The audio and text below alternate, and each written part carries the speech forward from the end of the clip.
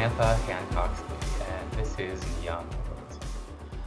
As you know, I've recently been very interested in this idea that liberalism is suffering through a crisis, that we need a new answer because the old answers are not satisfying. Uh, and this crisis manifests itself in many ways, some of which I've covered on the podcast before.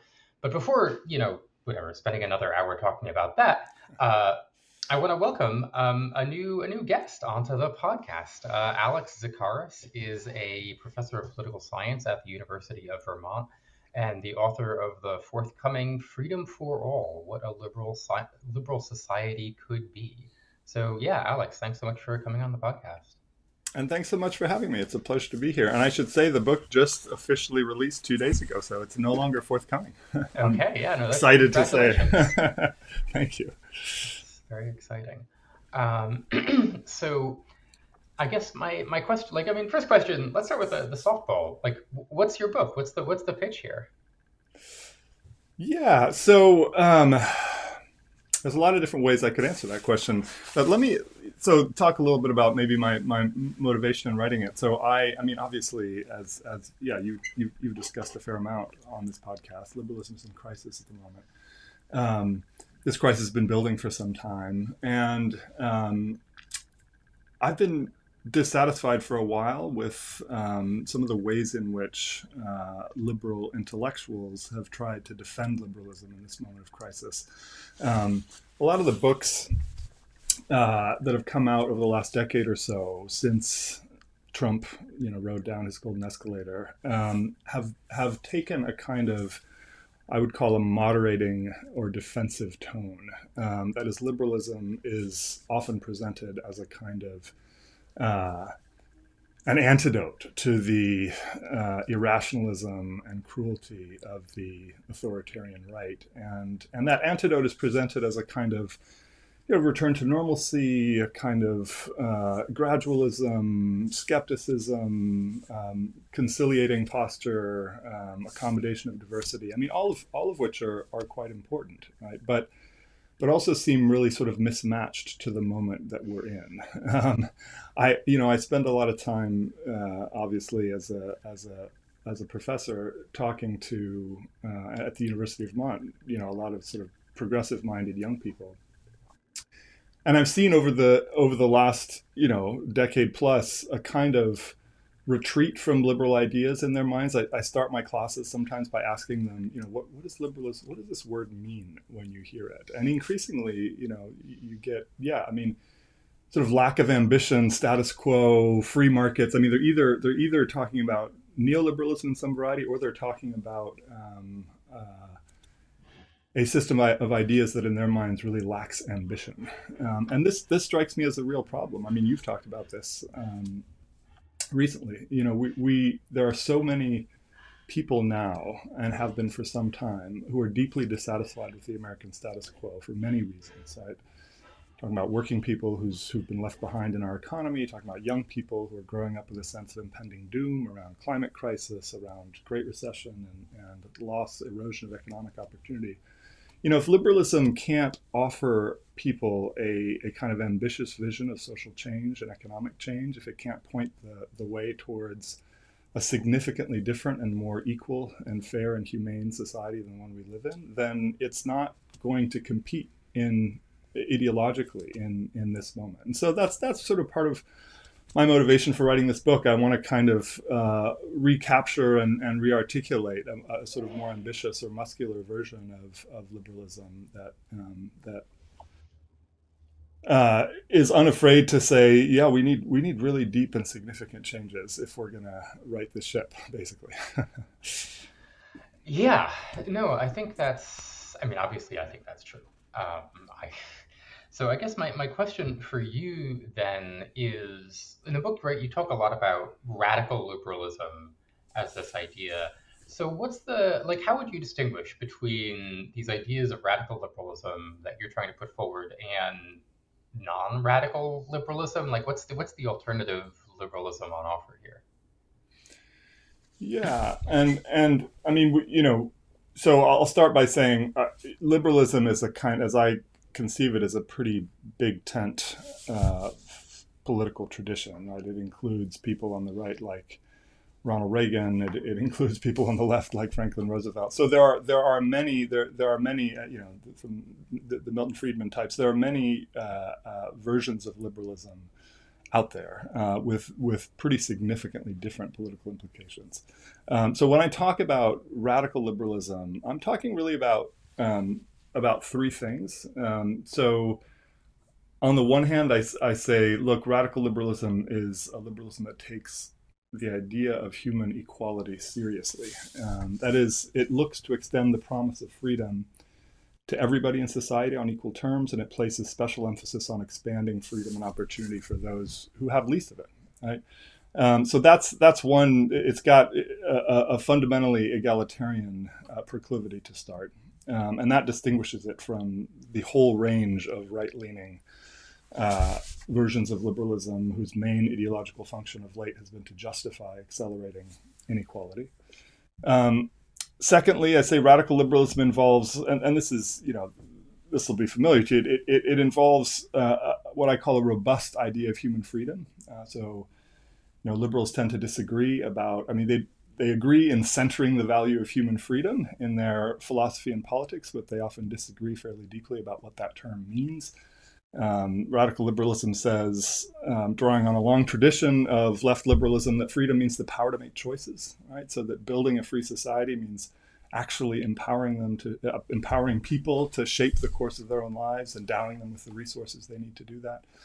And then finally, and I think maybe this is where, this is where my argument is maybe a little less familiar. Radical liberalism, as I understand it, is really committed to popular mobilization and grassroots citizen power. So it basically says, look, the only way to extend this robust idea of freedom to everybody is through citizen organization and grassroots power. And the reason is fairly simple, right? Throughout our history, there have always been wealthy interests fighting tooth and nail against the policies that we need to protect working people's freedom, among other things, right? Policies like worker safety laws and decent minimum wages and collective bargaining rights. And these wealthy interests have a great deal of money and work patiently over long time frames, right? And the only way to meaningfully push back and win, and using the kind of progressive era building through the New Deal as an example, is to build significant bottom-up countervailing power. Liberals historically have sometimes been a little uneasy about the prospect of popular mobilization and grassroots power. Certainly our founders were, Madison was, right? Imagined liberalism partly as a way of kind of insulating a kind of rational and virtuous government from pressures from below. But that was a mistake in many ways. I mean, the most serious threats are consistently from the sort of oligarchic pressures that exist in capitalist democracies, and much more than from the irrationality of the public. So we need to get much more serious about both reinvigorating things like unions and other vehicles for popular participation, and sort of reimagining how we can sustain higher levels of citizen organization and mobilization. Okay, yeah. So there's a lot in there, and in particular, this stuff about countervailing power and the power of oligarchy and citizen organization. I really want to come back to them. Promise I'm going to come back to that. But I do want to start, at least for now, by asking a slightly more philosophical questions, so to speak. And I mean, one thing I'm struck by is your remark on equality, that you're committed to equality in a way that like right liberals are not. Here at Liberal Currents, we recently published an essay by Matt McManus about like meritocracy as an ideal, and there are some quotes in there from Ben Shapiro, he's very explicit. I believe in human equality. I believe in the fundamental moral equality of all people, but equality of worth is not the same thing as equality of outcomes, right? And so, yeah, you all have like the same rights, but that doesn't actually mean that we're going to have a level of like material social equality at the end of it. So I was wondering what your response to that kind of line of attack is. Yeah, I mean, I think of this idea of equal outcomes as a red herring. I mean, there are virtually no liberal thinkers, um, nor, I mean, really any democratic socialist thinkers who believe in equal outcomes, strictly speaking, right? I mean, all of us understand that a society that maintained, in the strictest sense, equal outcomes would be extraordinarily invasive. It would also be really poor, right? Lacking any incentive to work and produce. So, yeah, I mean, the argument, the real argument here is about how much inequality is decent and just, and how much is compatible with a kind of left liberal principles. And there, I think there's a lot of room for argument, right? So yeah, no, we're not talking about equal outcomes, but treating people as equals means more in the left liberal point of view than just according them formal rights under the law and formal equality of opportunity, right? This is an argument that we've been having for a long time, going back to John Rawls and others, right? That to treat, and so one of the things I say, I mean, when I talk about, what does it mean to give people an equal claim to freedom, which is what I think liberals ought to be committed to, and I think that involves three different things. One, I talk about equal recognition. Second, access to resources, at least up to a sort of threshold of sufficiency, beyond which then you need to commit yourself to something like equal opportunity. So yeah, I mean, empowering people to make choices in their lives, which is what we're committed to as liberals, certainly involves access to a host of resources, from healthcare to affordable rents to good education, you name it, right? So I'm not saying anything controversial here. And it also maintains that we maintain, I mean, equal opportunity is actually a pretty demanding ideal when you take it seriously. It involves considerable investment, far beyond anything that we even contemplate in our public policy today, in correcting educational imbalances, in fighting endemic poverty, et cetera. So, so sure, I'm not committed to equal outcomes, but we can be way more egalitarian than the status quo without having to embrace that or bite that bullet.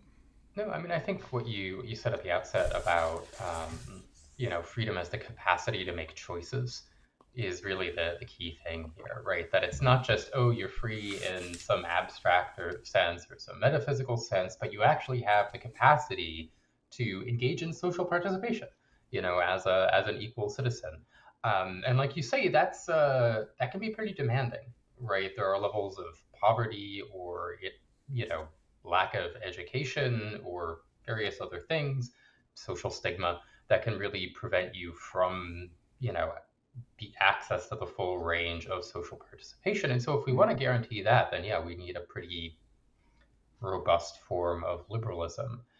Um, Can I jump in and add yeah, one yeah, thing go there? ahead. So the third piece of equality, of the idea of equal freedom, as I understand it, pertains to domination specifically, and this is another sort of egalitarian lever that I think liberals have at their disposal. Right? I mean, domination happens when some people have so much power that they can dispose of our basic interests with impunity. We clearly have a system of deeply entrenched domination in our economy, with these corporate giants disposing of employees, and the rest of our lives with relative impunity. The idea that, so liberalism has always mistrusted concentrations of power, has always been concerned to shield people from domination, and this has, it turns out, some real redistributive economic implications. I mean, we all know that massive concentrations of wealth just confer huge amounts of power, and so knowing that, the impulse, the sensible impulse to shield people from domination, also should push us towards a significant and ambitious redistribution of resources in our society. And that's quite separate from the argument about equal opportunity and the need to endow people with a range of good economic options. But anyway, so yeah, just wanted No, to add that piece too. no, I think that's quite right. I think there's a certain strain in the liberal tradition that is kind of obsessed with the state. And like understandably, the state's very important. And so it's like all of these questions about like what rights do you have against the state that is the only form of oppression that political theory can be concerned with. But ultimately, I just don't think that's right or accurate. I think it deeply constrains our ability to like engage with societies as they actually exist. Where, like you say, there can be all kinds of forms of domination and oppression that are not, routing through the state in some sense, but are private domination and private oppression. And that, a liberal theorist who is in fact concerned with human freedom in the first instance ought to be concerned with. Um, so that wasn't really a question. So I'll actually ask a question now. And I guess the question is, how is this different from leftism, right? What is, like, if this is what radical liberalism is, on your understanding, like, what's out there further to the left that you're trying to distinguish yourself from?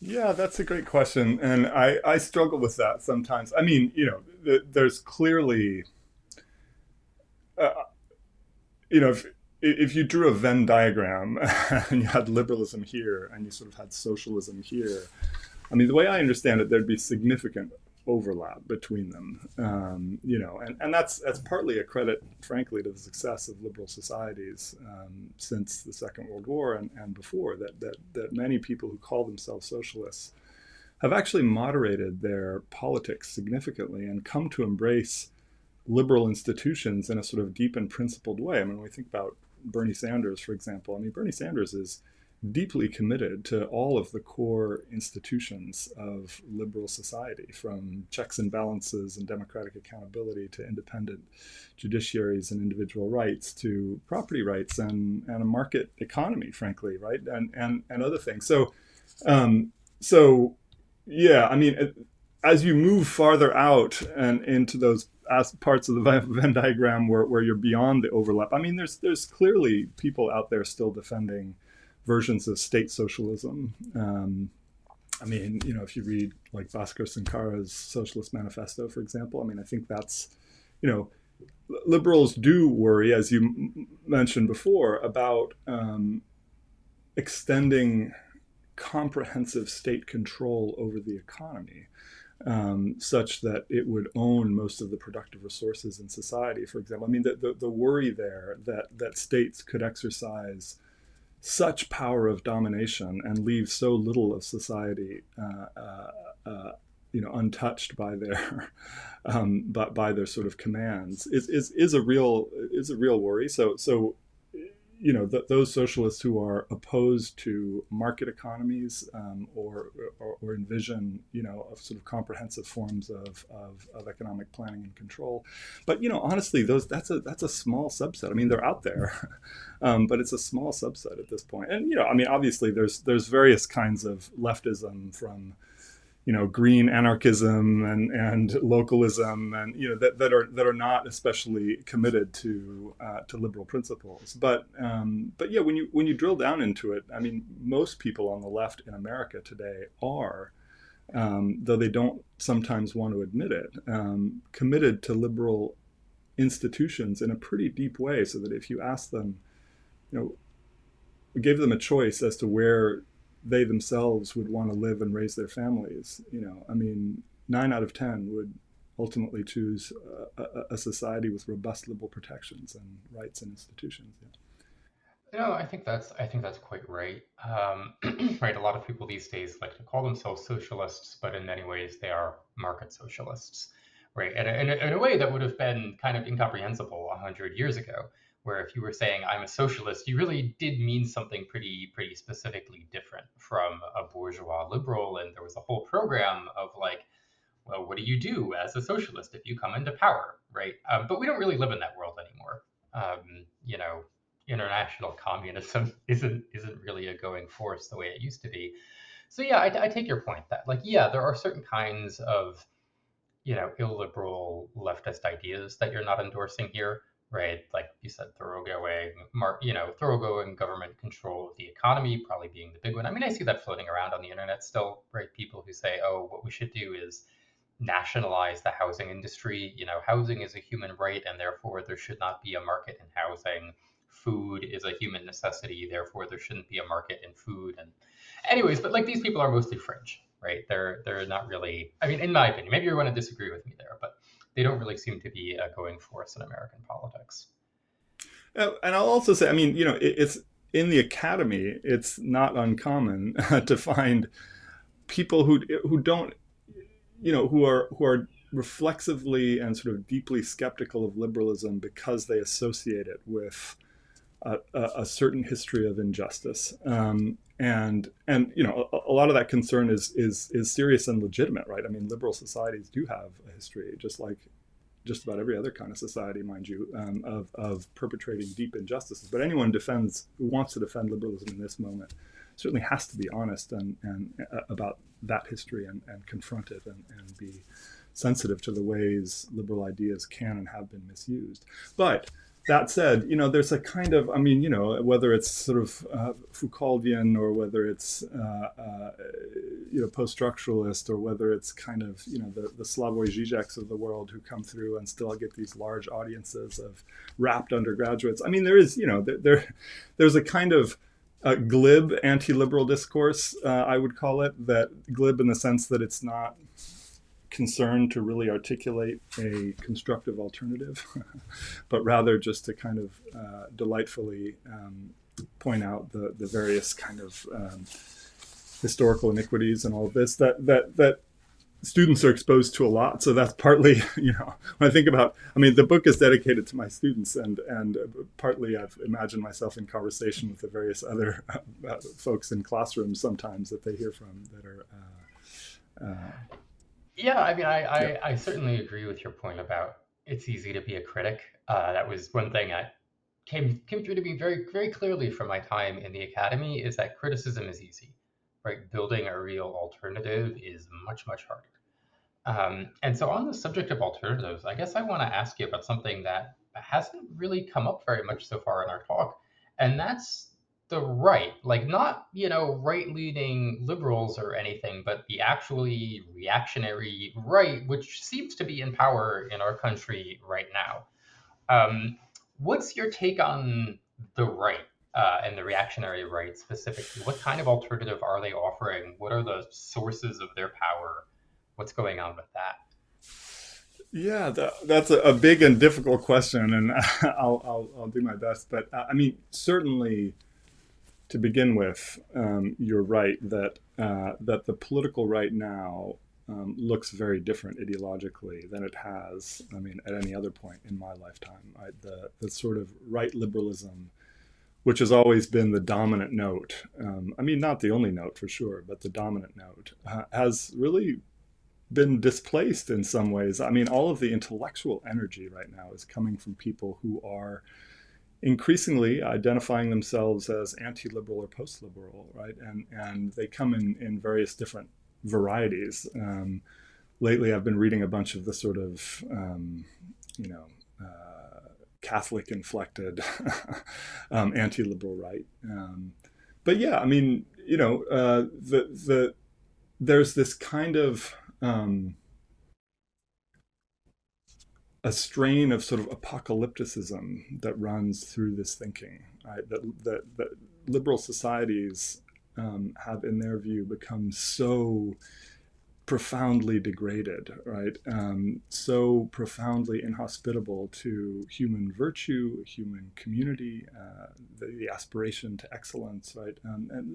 So at its heart, this is a critique about excessive liberty, right? That liberal societies have elevated human freedom so high at the expense of all other values that they've become really inhospitable to human community, human togetherness, human flourishing, right?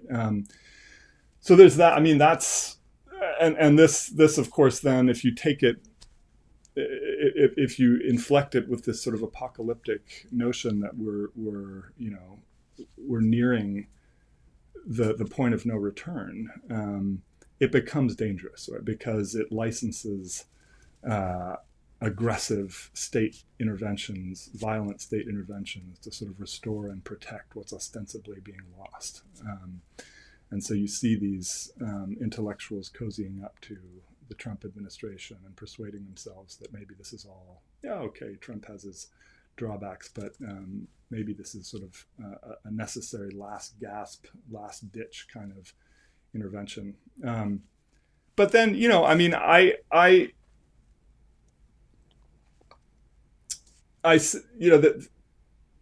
I think there's a whole lot on the right that still partakes of the older, sort of neoliberal impulse. I mean, a great deal of what this administration is actually doing is in service of oligarchy, right? Capitalist oligarchy. I mean, pulling away environmental restrictions, pulling away public health restrictions, pulling away anti-corruption checks on business, pardoning white collar criminals, juicing the crypto industry in just about the most corrupt way possible. I mean, so empowering various kinds of oligarchic friends. So I mean, there's the kind of social conservatism on steroids with the apocalyptic strain on the one hand, but there's also this kind of crony capitalist, like let's deregulate and allow the billionaire class to make as much money as they can and entrench their power in the economy as much as they can, and that's I mean fairly continuous with this older pro-business. I don't want to call it libertarian because it's a kind of corruption of libertarianism, really, impulse that's run strong in the Republican Party for quite a long time.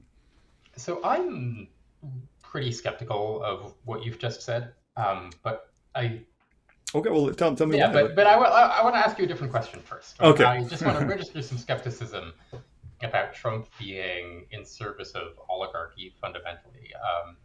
But I want to talk a little bit about, you mentioned the Catholic integralists, these guys like Vermeulen, I don't know how to say that word. But I tend to think that they're like the really cleaned up, the carefully cleaned up and respectable version of reaction.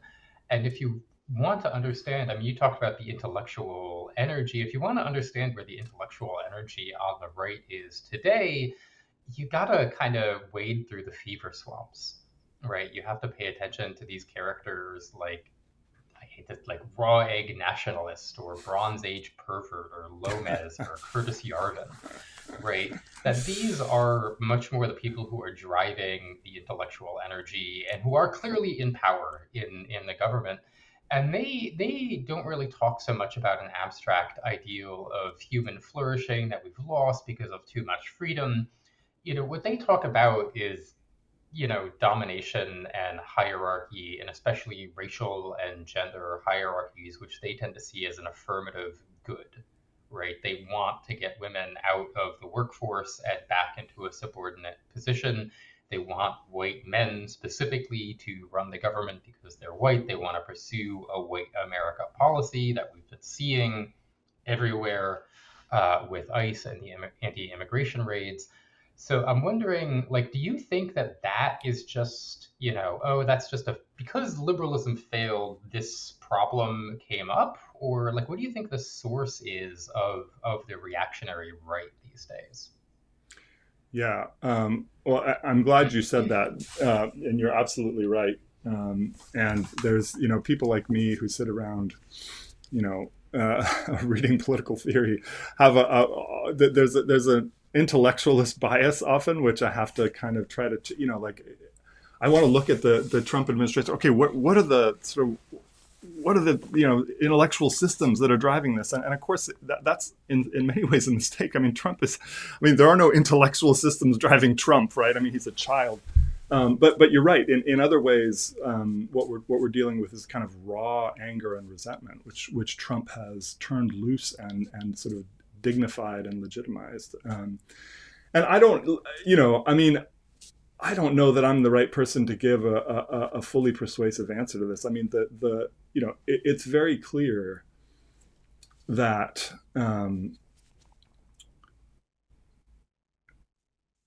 and you can see this in Americans' attitudes towards their political institutions and towards their economy, right? That trust in our political system, trust in the fairness and integrity of our economy, optimism about the economic future, all of this is really low and has been going down for a long time. Um, so I mean, one way to tell this story, obviously, is as a story of kind of what scholars sometimes call late stage neoliberalism. So the sort of deregulatory uh, neoliberal agenda, deregulate, privatize, slash taxes,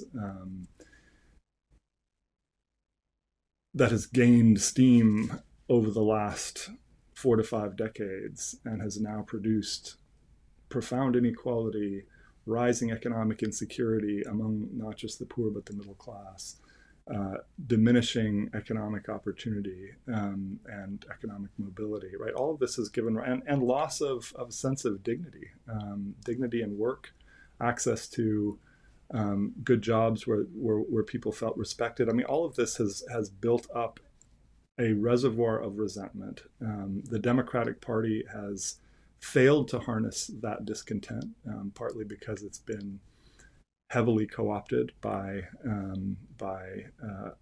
urban affluent elites, and this version of the right has kind of given these accumulated resentments powerful outlets. And I don't want to suggest that it's strictly economic. I mean, there's clearly the sort of racial anxiety aspects of it, right? There's clearly the sort of demographic aspects of it, which make many white Americans deeply uneasy about the erosion of a kind of majority white Christian society, right? So I mean, but yeah, I mean, the right has harnessed, channeled, and amplified those anxieties and resentments. And if Trump is brilliant in any way, it's in understanding,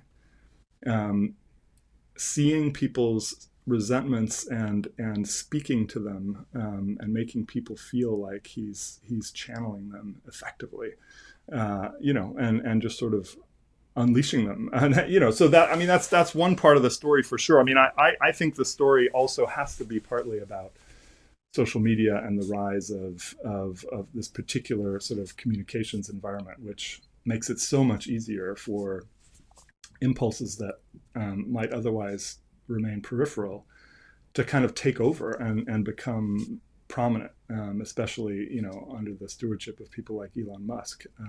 So I think it's a complicated story, and those are some of the pieces. But I'm there are others who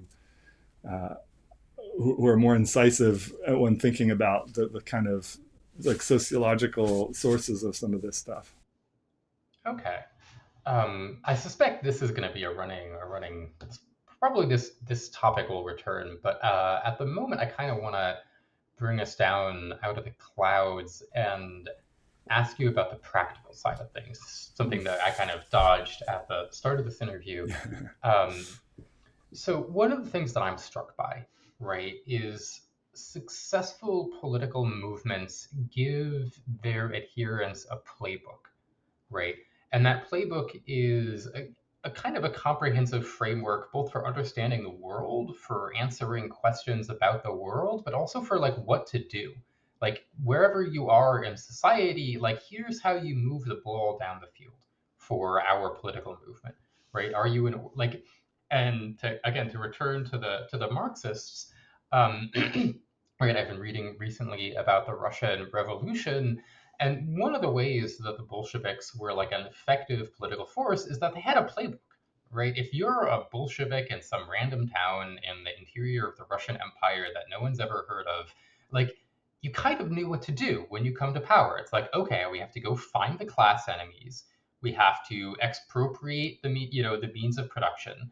We have to, elevate the consciousness of the worker, right? If you're a Marxist organizer in the third world, it's like, well, what do you do? Okay, I have to find the working class and I have to get them into class consciousness. So wherever the working class is, just that's where I go, and then I do class consciousness, right? And this is like a kind of a comprehensive playbook that applies like to that many people in many parts of the world can pick up and apply to their own circumstances, that people at different levels of power can pick up, and they're like, okay, I've come to power in this little thing. Like, well, what do we do? Well, first we're gonna abolish money because that's capitalism right there. We're gonna abolish prices. We're gonna set up a rational system of the economy, et cetera, et cetera. And obviously, this is doesn't work out great in the long run, um, but it's kind of a core to what makes their political movement effective as a political movement. Um, and so, I guess my question for you is, what's the playbook for radical liberalism? Yeah. So that's a great question, and I would say, I mean, there are different aspects to that question, and one of them is simply about political strategy, and that's the aspect that I'm least well positioned to answer. Right? I mean, whatever playbook we adopt has to be a playbook that's able to build a big enough coalition, win elections, stay in political power, and that's going to involve, figuring out how to mobilize the public, such as it is now. And there's a lot of really smart people who think a lot about that. But I would say, so leaving that aside, and those considerations of political strategy might force you in various ways to moderate your ambitions, to decide which aspects of your playbook you can afford to try to implement at what time, right? But the radical liberal playbook is really about building countervailing power, I would say, and that's the heart of the playbook, and that so I think we talk a lot about inequality of wealth and income in what's now described as the second Gilded Age, this period of sort of fantastic inequality.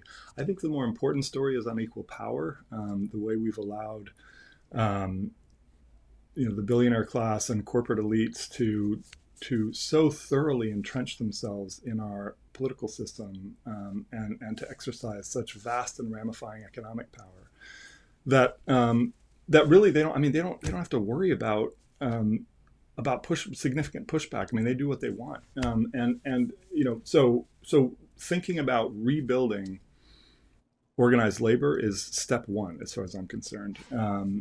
We've seen organized labor atrophy in a dramatic way in our society since the mid 20th century. The United States is a significant outlier. Something like 6% of private sector workers in this country are unionized. Unions find me a society that sustains high and humane wages, good working conditions, and I'll show you a society with high levels of labor power. But it's more than that. It's so I think we need to also think about new forms of new ways of organizing the public. And I think about the debt collective, for example, which is organizing debtors to exercise, to engage in rent strikes and push on that issue. I think about tenants unions that are cropping up in places like Los Angeles and other places to fight for renters' rights. So thinking about and doing what we can to promote citizen organization from the bottom up, but also then attacking concentrated power as it exists in our economy, and so that reinvigorating antitrust, but also I think actually starting to rethink corporate governance itself.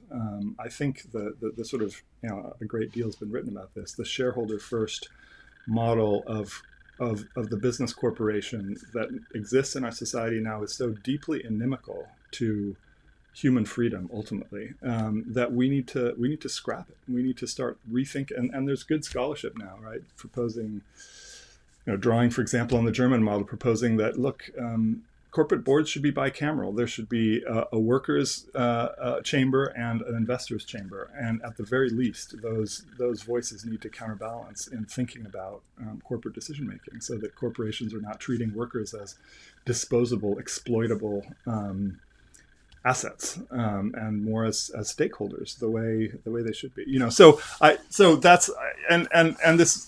So if we're laser focused on what it would take to rebuild countervailing power, to rebalance the distribution of power in our political community, I think that should be the sort of guiding ambition in the radical liberal playbook. Okay, so if I could, offer a summary of what you said, right? In the classic term, right? There's the 1%, maybe the 0.1% these days, right? The billionaire class, the oligarchs, And on the other hand, there's the rest of us, the 99%. And our problem is that we are disorganized and disunified. And what we need to do, like you said, is build grassroots, bottom up forms of organization that can be, like you say, countervailing power to this oligarchical system. And that what do you do with power is you, like, when you gain your little bit of, grassroots power, is you attack forms of concentrated power. And there are many of those in our society. Is that like the gist of what you're saying here? Yeah, I would say that's right. I mean, at the sort of broadest level of abstraction, yeah, absolutely. Okay, so I want to ask about housing, Hmm. right? Because I think housing is one of these. Well, probably like whatever. Number one, it's because it's something that I know relatively well. I'm interested in, written about it, but also because I do think it's genuinely important, right? It is the largest single line item expense for most Americans. We do seem to be in the middle of a housing crisis. And when I look around at our housing crisis and the roots of our housing crisis, I mostly don't see billionaires, right? When I'm at a city council meeting and we're trying to decide whether, 2020, I think it was actually 19 new houses are going to get built in a neighborhood near me. It's not BlackRock in the room trying to block that, right? There's no representative of the oligarch class in there, handing out cash, right? Who's trying to block housing in my city? It's mostly ordinary people and people who would think of themselves in exactly the terms that you described, right? That they are building grassroots power, they are fighting against the man, they are fighting against the system, against greedy developers who want to destroy their neighborhood, right? And to me, these people who are blocking housing, I mean, quite this unsuccessfully in this case, successfully in many others, like this scarcity, this artificial scarcity of housing that community power has created is at the root of our housing crisis, from my Hmm. perspective. Hmm. So I'm curious what you would say about that in particular. Yeah, absolutely. I mean, I don't disagree with you, and I mean, I have read a bunch of the sort of abundance literature and admire a lot of it. I mean, especially when it's coming from people who uh, who are not just asking for a deregulatory agenda, right? But who see it as part of a project of really rebuilding state capacity. Absolutely, I think that this is an important piece, and I don't see this piece as fundamentally at odds with the kind of uh, disrupting concentrations of power piece. So um, there's a I don't do much about housing in the book, but there's a whole chapter about climate change, which is the other main area in which we absolutely need the state to be able to build things and build things quickly. I mean, we stand in desperate need of this a huge green power infrastructure that's not just about solar and wind, but also about the transmission systems and all of this, and yeah, and we're not able to do it fast enough. There are too many regulatory hurdles, and that's a problem for delivering some of the essential goods and services that we need to stave off imminent threats to human freedom, like runaway housing costs, which, as you say, are just eating up people's monthly budgets and making life unaffordable. But also, right, in the area of green infrastructure. So we desperately need to rebuild our state's capacity to act, both to deliver those services and also to restore trust in government. I mean, any the radical liberal agenda is going to depend on having a state that can act effectively and regain people's trust, right, to show that it can do things, that it can do big things, that it can accomplish big goals fairly quickly and efficiently. And so right. I mean, I don't see myself disagreeing with you in either of those two areas um, as to the need for focused and ambitious state action. Yeah, I mean, I was in fact about to ask you about green energy. One of my favorite examples is the Indian Point nuclear power plant north of New York City, right, which has been churning out totally carbon-free energy for the people of New York City until it was shut down primarily by the action, not of the fossil fuel lobby, but of environmentalist groups and various other like community, grassroots, bottom-up organizations who lobbied to get it shut down. And they said, well, we can just build a transmission line up to Quebec where they have a lot of hydropower. We can bring down even cleaner power from Quebec, and this will be better. They shut down Indian Point, and then these same groups, including the Sierra Club, turn around and sue to stop the construction of the transmission line. And so, New York City has switched over to more fossil fuels, basically. Um, and so, sorry, little cat action is happening here. The cat is not generally the cause of our problems in society, but she's the cause of my problems right now. A little bit of tail interference. So where was I going with this? So yeah, I mean, I agree with you basically, right? That yes, climate change is a very serious problem that we're all facing right now. America may be slightly less so than some other countries, but it is absolutely a global emergency. It will affect American communities. It will affect other countries far worse. We need to do something about it. And like you say, some of that is going to require state action in constructing new infrastructure, new forms of transit. Um, some of that is going to require, I think, private action in constructing new power plants, new factories to build the things that go into green energy, that build, batteries and electric motors and all the products that we like that are made with batteries and electric motors, like cars. Um, and like, what do we see standing in the way of that today? A lot of it is these kinds of community groups that want countervailing power, but they want to use that countervailing power to block things that I think are actually quite good and important. Yeah, no, I mean, so let me say two things in response to that. I think you're right. I wouldn't want to underestimate in the area of climate change in particular the power of the fossil fuel lobby, the monopoly power of local electric utilities, which are slow walking green energy transitions all over the place, right? So there is, I mean, this is a big complicated problem, and some of the problem has to do with the sort of long-term obfuscation and I mean uh, obstructionism of the fossil Yes, fuel industry. absolutely.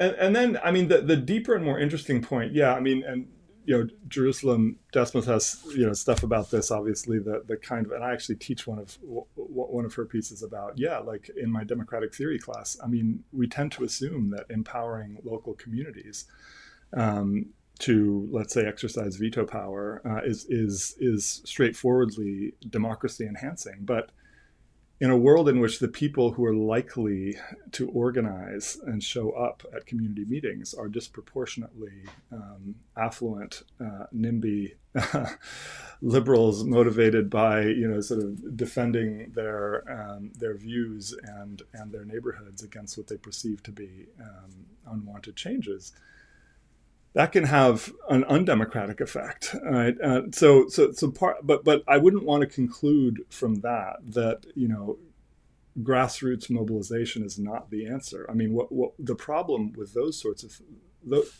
in those particular cases, there's well, I mean, with housing, for one thing, you're not actually able to mobilize the people who would benefit from the new housing developments, right? Because we don't even know who those people are, right? And so there's a kind of problem of unequal voice when you're talking about building stuff in local communities. And that's right, and that gives rise to some worry about these particular vehicles for democratic voice, the local community mobilizations against infrastructure in their areas. But look, I mean, part of the problem here is the disproportionate mobilization of affluent voices and the atrophy over time of the sorts of organizations, whether it's unions, whether it's the American Legion, whether it's that have historically been able to speak on behalf of working class folks. Right? So the kinds of mobilization that I think we stand in most dire need of are, and that's why I talk about renters collectives, debtors collectives, labor unions is about empowering voices that don't really have a seat at the table right now, unlike the affluent liberals you're discussing, who do still. Yeah, so I'm really restraining myself at night by not asking you this gotcha about cop unions. Just going to skip straight over cop unions.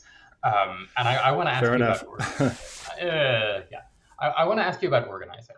Um, and I know in your book you talk about how this isn't just a decline of political organization, right? But we see like a total decline across the board of like small scale community organizations, whether that's politics or otherwise. And so, I mean, I guess the question is like, in the conditions of the modern world that we find ourselves in, like, how do we organize, right? How do we organize ourselves politically in effective ways? Yeah, it's a good question, and part of it has to do with political parties. Right? There's a growing sort of interest in among political scientists in thinking about what's happened to our political parties and how they've gone from a century ago being sort of robust membership organizations that were vibrant at the local level and that offered a sort of sense of community and belonging, and also a real way for people who were not of the Ivy League educated lawyer class to get into politics, to become groomed as political leaders, to exercise some real voice in choosing the party's nominees.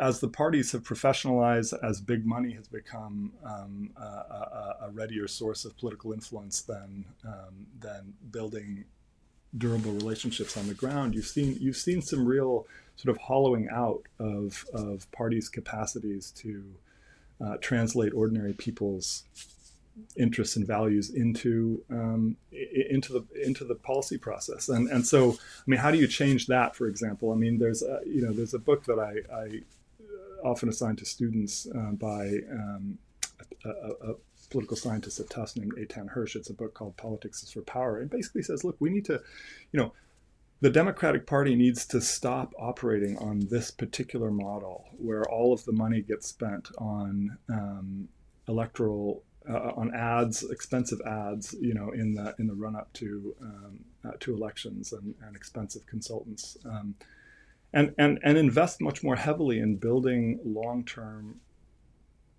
relationships at the local level, hiring local organizers, but also thinking about providing constituent services. I mean, what if the local arms of the Democratic Party started providing, for example, backup childcare, or financial literacy, or help with opioid recovery, or just as a way of sort of beginning to build real community and solidarity and invite people back into politics in a way that could begin building up some of this kind of bottom-up power. So part of it is what needs to happen with political parties. I mean, part of it, when you think about organized labor, I mean, we have, since Ronald Reagan, fired 11,000 plus air traffic controllers, and not only that, banned them for life from working for the federal government, brought about a culture in this society of sort of impunity when it comes to going after organized labor, union busting, intimidating, trying to, as hard as these corporations can, within and beyond the limits allowed by law, to deter people from building the sort of worker organizations that would sustain, again, not just bargaining power in the workplace, but which have always been an important vehicle for ordinary folks to get politically mobilized and to have a seat at the table, policy-wise. So, really trying to change that culture, and facilitate organized labor. But also then I think, when you think about providing incentives to worker ownership, providing, thinking about these more ambitious proposals of reimagining corporate boards. I mean, all of these are ways, again, of trying to figure out how to get a seat at the table for people who are not members of the hyper elite. Yeah, so I want to ask you a little bit about the question of political parties still. Mm. There's an essay I really like called, let's see if I can get the title right, Political Parties Are Illegal in the United States of America, um, which basically argues that parties on the traditional understanding are they are like, in ways that like Americans don't understand what it means to say they are a private organization that controls that has its own membership and its own internal rules for like who gets to represent that party. Um, Whereas in America, that's you can't do that, right? You have to have an open primary if you are a political party. And there are various other kinds of ways in which parties are regulated by law to be unable to self-regulate in a certain way, right? That if you want to run for office anywhere and just say, "Hi, I'm a Democrat running for office," then you go through the primary, right? The central party has very little possibility of just saying, "No, that's not a Democrat." Yeah, they're a Democrat. They won the Democratic primary. Um, and I've seen this put forward as the argument as to why, right, the Democratic Party is fundamentally, a, how to put this, a vehicle for emotional affiliation in certain ways, right? That people are effective affiliation, right? People have an association with it and they vote Democrat or whatever, but it is not like functionally can't be a structured political organization in the way that people seem to long for. And I'm wondering what you think about that line of argument. Boy, I don't know. Um, uh, I'm not deep enough in the weeds on political parties and the legal environment in the United States and what the alternatives are to really have a well-defined view about that. I think is what I would say. Yeah, I Yep, mean, yep. what you say sounds plausible, but I don't want to get too far out of my area of expertise here. No, that's totally fair. And I guess it ties into things that I have come to believe about what living in our social media age means. Mm. Right, where maybe at one point in history, right, when there were three television stations total and three news networks total, there was an enormous centralization and consolidation of the information environment. But we don't live in that age anymore, right? Everybody has got a megaphone in their pocket, basically. Some more And than others. that's true, but as has been demonstrated many times, right? Anybody can potentially go viral, right? You can't exclude people from the information environment, right? Either as a political party or just like as as a discourse agent. You just kind of have to ride the waves.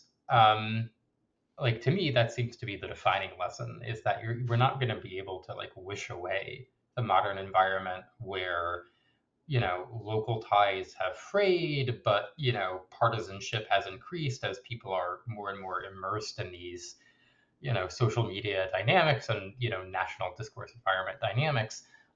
So we just have to figure out how to win on those terms rather than trying to recreate the structures of political organization from 100 years ago.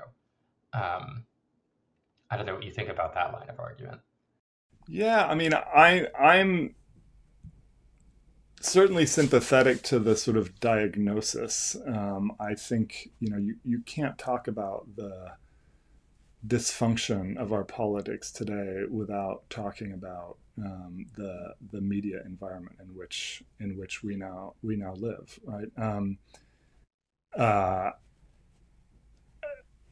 you know, for me, this I mean, I keep wanting to come back to the kind of monopolistic corporations angle. But I think, I mean, part of the problem with our media infrastructure is the sort of massive monopolistic social media companies, which have really gobbled up the much of the essential communications infrastructure of our democracy and corrupted it, subverted it, right, in ways that, I mean, as we all know, deliberately promote irrationalism, outrage, misinformation, hyperpolarization. Right? So, I mean, for me, but I guess where I disagree with you is I don't think we can afford to say, well, this is now the communications architecture in which we live, and we have to win the fight within it. I mean, clearly we have to do some of that in the immediate term in order to win elections. But we also need to find ways of forcing these social media companies to be accountable to the public interest. I mean, I don't think this way of organizing our communications environment is sustainable. Right? I mean, the media has a profoundly important, I mean, to say the obvious, role to play in liberal democracy. Right? And it's one of the core. Free media is sort of core liberal institution, and the reason for that is that it's tightly bound to this idea of democratic accountability. Right? The media needs to keep people informed so that they can actually make rational political judgments, so they can hold public policymakers accountable, so that they're aware of the real threats to their interests that are unfolding. And our media now is increasingly unable to do those things. It's just not well suited to perform the basic functions that free media need to serve in a liberal society, right? I mean, imagine you were designing a liberal democracy from scratch, right? And you knew you needed an independent media, and you're sort of fielding different proposals as to how that might look. And then somebody comes along and says, "Look, I got an idea. Let's have people get their news largely from these social media platforms controlled by multi-billionaires. Let's have them have the power by tweaking an algorithm to decide what people see and don't. Let's give them no incentive whatsoever and no enforceable legal obligation to serve the public interest by promoting accurate information or responsible journalism. Right? Let's give them free rein to maximize profits by actively promoting inflammatory misinformation. Let's anonymize a great deal of this. Let's allow these Goliaths to hide their algorithms so people don't see how they're being manipulated, right? And let's, moreover, allow them to eat up much of the advertising revenue that has sustained, local journalism in this country for a very long time, and not replace it with anything. I mean, I mean, you'd wonder whether this person was serious, right? And if they were, you'd laugh them out of the room, right? This is just not. And there's various different ideas, of course, out there about how you can affect this change. But we really need to think seriously about attacking this infrastructure and changing it, and building new ways. I mean, the FCC was developed out of this kind of concern to try to impose some order and rationality over these sort of emerging media technologies in the 1930s. We probably need a new regulatory infrastructure that's specifically designed to impose some kind of duty of care on these social media giants and force them to be much more transparent, to disclose what they're doing, to try to control the harms that their platforms are so obviously imposing on the political community. Okay. Maybe one last question from me then, which is that there's a part of me that says, like, yes, that sounds great. We should have more truth, and we should have more requirements for these media companies to be more accurate or promote accuracy. But I also live under the second Trump administration, right, which is moving very aggressively to use government power to control the media, to control universities, to control curricula. And what would they do with that kind of power? What would their truth be that they would want to enforce on social media? Right? Do you think that that's something we should worry about, or are there ways to design around that kind of problem? What are you thinking about here? Yeah, I mean, look, this is the real conundrum, right? You need to achieve the aims, many of the aims, mind you, not just this one, many of the aims that we both want to achieve, including some of the aims that you were talking about when talking about housing and infrastructure. You need a strong and effective government, right? A government that's able to take decisive action to defend the public interest against these looming threats, whether we're talking about climate change, we're talking about crisis of affordability, whether we're talking about viral misinformation and rising kind of hate, racism, and anti-Semitism that we're increasingly living with as just part of our, the air we breathe. And yet, right? And yet, if the more muscular government is, right, the more danger there is that it can be taken over and subverted by malign actors who are illiberal and willing to use power in oppressive ways. Right? And this is, I don't have a great response to that other than giving the traditional liberal response, which is, the men who founded this country were deeply preoccupied with this problem: how to design institutions that have sufficient checks, sufficient guardrails, sufficient mechanisms of accountability, that it will make it really hard for somebody to take over and subvert them. What the second Trump administration has revealed is that our guardrails are nowhere near strong enough, right? And our weak point is the executive, and the weak, political scientists who study rising authoritarianism speak with basically one voice about this. Executive aggrandizement is the way democracy dies. Right? So executives amassing power, elected executives usually now in the 21st century, amassing so much power that they can override constitutional limits. They can, pave the way for new, third terms for themselves, subvert the rule of law, intimidate the free media, eventually corrupt the electoral processes and entrench themselves. Yeah, and so clearly another part of the playbook that we need to embrace when saner heads regain power is thinking very seriously about rebuilding and shoring up the systems of checks and balances, especially around the executive, that would prevent somebody like Trump from exercising, imperial power in the way that he's doing now, right? I mean, he's no interest in obeying the law, no interest even in pretending that he's obeying the law. I mean, like they're not even offering they're even trying to offer a cogent legal justification for the sort of, blowing up boats in the Caribbean and killing people. So right, but I don't think the response to your challenge, your very sensible challenge, can be, I guess we can't empower the state to defend the public interest, because that's also a losing answer, I think. No, I think that's right. I mean, I think in a lot of ways, vetocracy is what brought us here, right? Frustration with government ineptitude is what brought us here. And if our answer is we need to make the government even more inept, people are just going to find Trump 3 in one way or another. I don't even want to think about what that would look like. Yeah, it wouldn't look good. I can tell you that. I'm not a political scientist, but I read enough history to say it would not look good. Thanks so much for coming on. Any closing remarks for the audience here? I don't think so. No, I mean, other than to thank you, I really appreciate you having me on, and appreciate the work that you do with this podcast and with Liberal Currents more generally. All right. Well, thank you so much. Thanks for coming on. And I'll see you around.